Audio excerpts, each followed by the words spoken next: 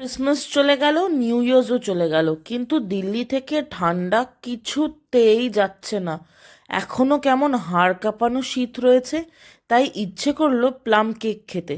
দেখলাম মলে এখনো লাল নীল সবুজ ফিতে বাঁধা প্লাম কেক বিক্রি হচ্ছে। যেমন ভাবা তেমনি কাজ।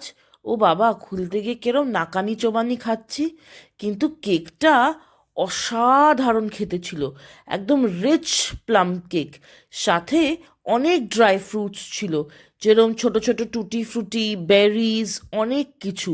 অসাধারণ খেতে লেগেছে, অনেকটা নাহমসের মতো। যদিও নাহমসকে আমি অপমান করছি না, তাও দিল্লিতে বসে যদি এত রিচ কেক খাওয়া যায় তাহলে তো কোনো কথাই না, বলো।